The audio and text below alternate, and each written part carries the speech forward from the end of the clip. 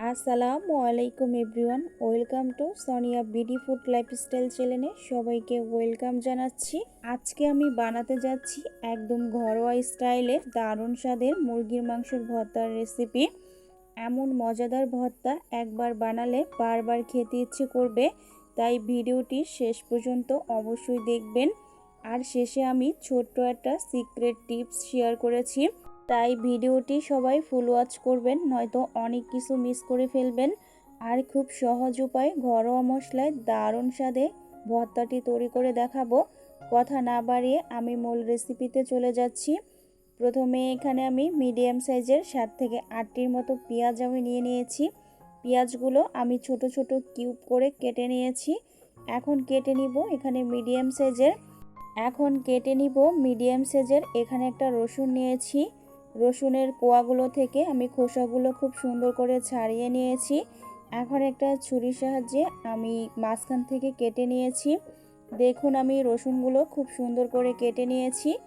এখন কেটে নিব ধনেপাতা।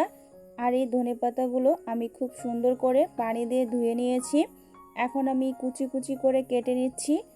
আপনারা এই মুরগির মাংসের ভর্তাটি দিয়ে কিন্তু পুরো 1 প্লেট ভাত নিমিষে খেয়ে ফেলতে পারবেন। আর আজকে আমি আমার রেসিপিতে দেখাবো গ্রাম্য স্টাইলে খুবই সহজে আর ঘরোয়া উপায়ে কিভাবে মুরগির মাংসের ভর্তার রেসিপিটি করতে হয়, সেটাই আজকে আপনাদের সঙ্গে আমি শেয়ার করতে চলেছি। আর এখন আমি এখানে 1 পিস মুরগির মাংস নিয়ে নিয়েছি। এখন এই মুরগির মাংসটাকে আমি একটি ছুরির সাহায্যে কিউব করে কেটে নিচ্ছি। আর এখানে হচ্ছে আমি কিছুটা কিমার মতো কেটে নিব। আপনারা এভাবে ছোট ছোট করে কেটে নেবেন। আর প্রথমেই আমি এই মুরগির মাংসটাকে কিন্তু খুব ভালো করে কিন্তু ধুয়ে নিয়েছি। আপনারাও কিন্তু ধুয়ে নেবেন। তো দেখুন আমি এখানে ছুরির সাহায্যে কিমা কিমা করে নিচ্ছি। আর মাত্র একটা টিপসেই মুরগির মাংস ভর্তা এমন মজাদার হয়েছে যে সবাই আঙ্গুল চেটে পুটে খাবে। সেই টিপসটা জানতে হলে ভিডিওটি শেষ পর্যন্ত দেখুন আর সাথেই থাকুন। আমি এখন এখানে হচ্ছে শুকনা মরিচ নিয়ে নিয়েছি। আর সব কিছু খুব সুন্দর করে আমি কেটে নিয়েছি। এখন চলে যাব রান্নায়, তাই চুলে একটা প্যান বসিয়ে দিয়েছি। এখন দিয়ে দিব এখানে 4 টেবিল চামচ পরিমাণ হচ্ছে তেল। এখানে হচ্ছে আমি সরিষার তেল নিয়েছি, যেহেতু আমি ভর্তা করব। আপনারা চাইলে কিন্তু সয়াবিন তেল দিয়েও করে নিতে পারেন। আর এখানে 10 থেকে 12টার মতো শুকনা মরিচ নিয়ে নিয়েছি। এখন আমি এই মরিচগুলো খুব সুন্দর করে তেলের ভিতরে হচ্ছে ভেজে নিব। আর মরিচগুলো কিন্তু খুব সুন্দর করে ভেজে নিতে হবে, যাতে ভিতরে যে দানা বা বিচি ওটা যেন খুব সুন্দর মতো ভাজা হয়। এখন আমি দিয়ে দিয়েছি এখানে রসুন, আর দিয়ে দিব কিউব করে কাটা পেঁয়াজ। আর এখানে আমি 6 থেকে 7টির মতো কাঁচামরিচ নিয়ে নিয়েছি। আর দিয়ে দিচ্ছি স্বাদ মতো লবণ। তো আমি সব কিছু দিয়ে এখন একটি হাতার সাহায্যে নেড়ে চেড়ে নিচ্ছি। এগুলো আমি হালকা একটু ব্রাউন কালার করে ভেজে নিব, যাতে রসুন আর পেঁয়াজটা খুব ভালো করে ভাজা হয়। আর আজকের এই ভর্তাতে আমি এমন একটি উপকরণ মেশাবো, যেটা মেশালে এই ভর্তার স্বাদ যেন অনেক গুণ বেড়ে যাবে। আর সেটা আমি কখন মেশাবো দেখতে হলে অবশ্যই সম্পূর্ণ ভিডিওটি জুড়ে থাকতে হবে। দেখুন আমার এগুলো ভাজা হয়ে গেছে, আমি তুলে নিয়েছি। এখন আমি আবারও ভেজে নিব হচ্ছে পেঁয়াজ। তো ওগুলো হচ্ছে আমার কিসের জন্য লাগবে আপনাদেরকে আমি দেখিয়ে দিব। এখন আমি এই পেঁয়াজগুলো হচ্ছে আমি ভেজে নিচ্ছি। দেখুন আমি এই পেঁয়াজগুলো হচ্ছে আমি এখন একটু হালকা বাদামি কালার করে আমি ভেজে নিয়েছি। এখন একটি স্ট্রেনারের সাহায্যে আমি তেল থেকে ছেঁকে তুলে নিচ্ছি। আপনাদেরকে আমি প্রতিটি ধাপে ধাপে খুব সুন্দর করে বুঝিয়ে দিচ্ছি, অবশ্যই ভিডিওটির সঙ্গেই থাকুন। আর ভিডিওটি প্লিজ কেউ স্কিপ করবেন না, তাহলে কিন্তু অনেক কিছুই মিস করে ফেলবেন। এখন আমি এখানে কেটে রাখা টমেটোটা এখানে আমি ভেজে নিচ্ছি। এখন একটি ঢাকনা দিয়ে ঢেকে রেখে দিব 2 মিনিটের মতো। দেখুন 2 মিনিট পরে আমি ফিরে এসেছি। এখন আমার টমেটোগুলো কিন্তু ভাজা হয়ে গেছে। আমি আরেকটু নেড়েচেড়ে কিন্তু তেল থেকে ছেঁকে কিন্তু তুলে নিব। আর এই টমেটোটা সিদ্ধ হতে খুব বেশি সময়ও লাগবে না। এখন আমি ভেজে নিব মুরগির মাংস, যে আমি কিমা করে রেখে দিয়েছিলাম। তো ওটা হচ্ছে আমি ভেজে নিয়েছি। আর আমার প্রায় 1 পিস মুরগির মাংসতে প্রায় 1 কাপের মতো হয়েছে। আপনারা কিন্তু মুরগির মাংসটার পরিমাণ যদি একটু বেশি করে নেন তাহলে মশলার পরিমাণগুলো একটু বাড়িয়ে বাড়িয়ে দিবেন, তাহলে আপনার ভর্তাটি কিন্তু অসাধারণ হবে খেতে।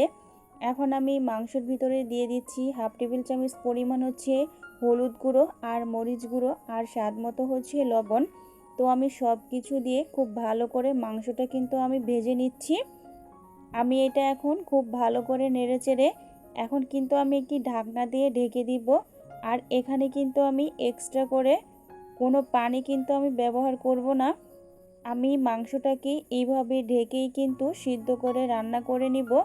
আর এটা কিন্তু আমি বেশি ভাজবো না, যাতে মাংসটা একটু সিদ্ধ হয় আমি সেরকম করেই ভেজে তুলে নিচ্ছি। আর আপনাদের হাতের কাছে যদি কোনো সবজিপাতি ঘরে না থাকে তখন কিন্তু আপনারা ফ্রিজের এক কোণায় পড়ে থাকা এক পিস মুরগির মাংস দিয়েই কিন্তু ভর্তা করে পুরো পরিবারে মিলে কিন্তু খেয়ে নিতে পারেন। আর এই ভর্তাটি কিন্তু অনেকটা দুর্দান্ত হয়, আর তৈরি করা যেমন সহজ, বানাতেও কিন্তু অনেক ভালো লাগে আর খেতে তো হয় অপূর্ব, সেটা আর আমি নাই বললাম। আপনারা যখন এই ভর্তাটি বাসায় তৈরি করে খাবেন তখনই বুঝতে পারবেন এর স্বাদটা কতটা মজার। আর এই ভর্তাটি অন্য লেভেলে নিয়ে যাবে, আপনারা ভর্তা করলেই বুঝতে পারবেন। এখন আমি এই ভর্তাটি করার জন্য একটি বাটনা নিয়ে নিয়েছি। আজকে আমি আপনাদেরকে হাতে ডলেই এই মুরগির মাংসের ভর্তাটা তৈরি করে দেখাবো। আপনারা চাইলে কিন্তু মিক্সিং জারে অথবা শিলনোড়ায়ও কিন্তু এই ভর্তাটি তৈরি করে নিতে পারেন। এখন আমি স্বাদ মতো কিছুটা লবণ দিয়ে মরিচের সাথে খুব ভালো করে ঘষে ঘষে মেখে নিয়েছি। এখন আমি এখানে পেঁয়াজ আর মরিচ যে ভেজে রেখেছি রসুন, ওগুলো দিয়ে এখন আমি হাতের সাহায্যে খুব সুন্দর করে কিন্তু আমি মেখে নিচ্ছি। আর এই কাজটি কিন্তু একটু সময় নিয়ে করতে হবে, তাড়াহুড়া করলে কিন্তু চলবে না।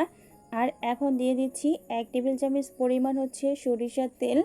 তো তেল দিয়ে আমি খুব ভালো করে হাতের সাহায্যে মেখে নিচ্ছি।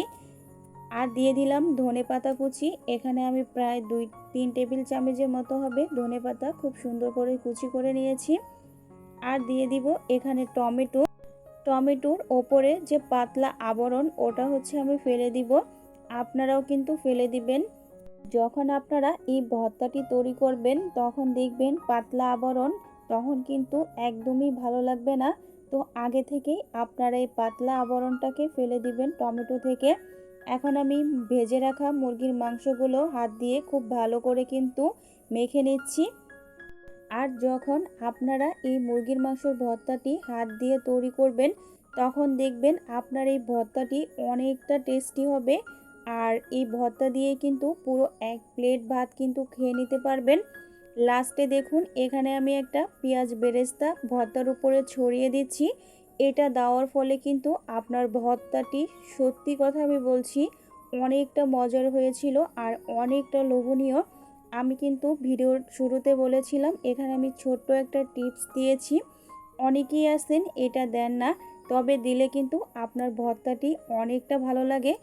আর এখানে আমি দিয়ে দিয়েছি 1 টুকরো লেবুর রস। তো রসটা দিয়ে আমি ভর্তার সাথে খুব ভালো করে কিন্তু মিশিয়ে নিয়েছি। আর একটি কথা, খুব বেশি সময় ধরে এই ভর্তাটা করলে এই ভর্তার টেস্ট কিন্তু নষ্ট হয়ে যায়, শেষের দিকে কিন্তু পানিও ছেড়ে দেওয়ার একটা সম্ভাবনা থাকে। তাই এই টিপসটা অবশ্যই ফলো করবেন। এই ভর্তার আসল স্বাদ যদি পেতে চান অবশ্যই এই টিপসটা মেনে গরম ভাতের সঙ্গে এই ভর্তাটা খাবেন, দেখবেন এর স্বাদ কখনোই ভুলতে পারবেন না। একবার যদি খান আবারও চাইবেন এই ভর্তাটা তৈরি করে খেতে। এত সময় যারা আমার ভিডিওটি দেখেছেন আপনাদের সবাইকে অসংখ্য ধন্যবাদ। আর পরবর্তী এর চেয়েও অনেক মজার একটা ইউনিক ভর্তার রেসিপি নিয়ে আমি আপনাদের সামনে হাজির হব। আজকের মতো এখানেই বিদায় নিচ্ছি, দেখা হবে নেক্সট কোনো রেসিপিতে। আল্লাহ হাফিজ।